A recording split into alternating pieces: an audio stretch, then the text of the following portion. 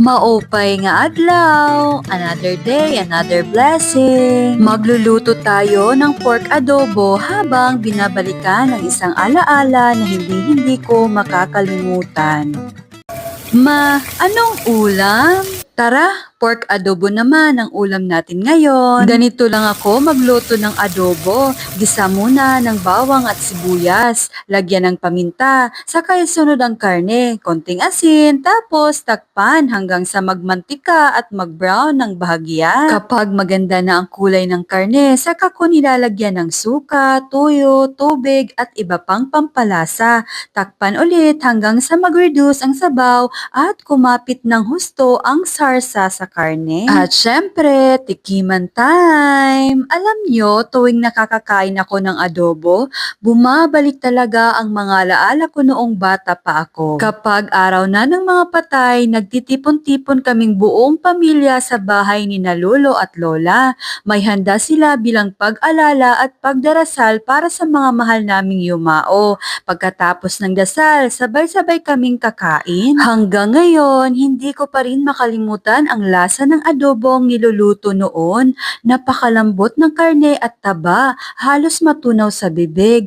Ang timpla, sakto ang alat, asim at tamis. Isa iyon sa mga lasa na habang buhay mong dadalhin. Naalala ko tuloy si Uncle Nanding. Isang eksena ang hindi ko talaga makalimutan. Pinapakain niya si Ingkay habang nakangiti at sinasabing, "Ang tambuklan kan Ingkay ging kikinaon kay mayumo." Noong nakaraang linggo o ng death anniversary na niya, hanggang ngayon masakit pa rin.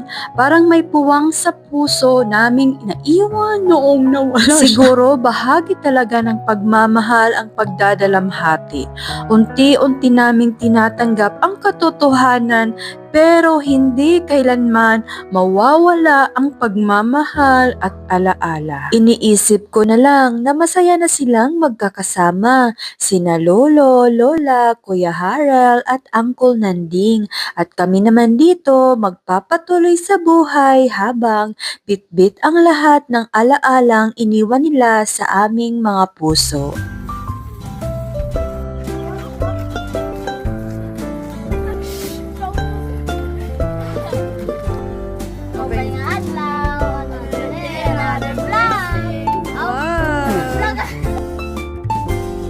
Napanood nyo na ba ang Wonderful Nightmare sa Netflix?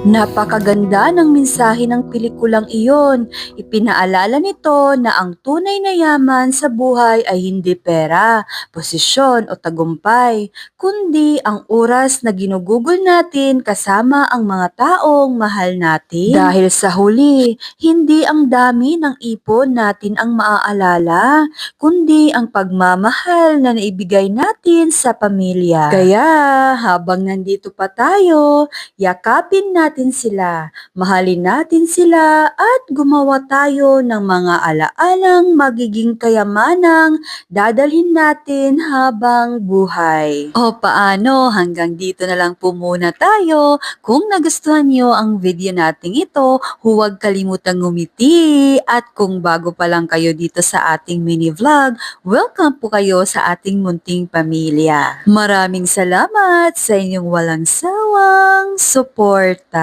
See you again on A Day in My Life vlog. Bye!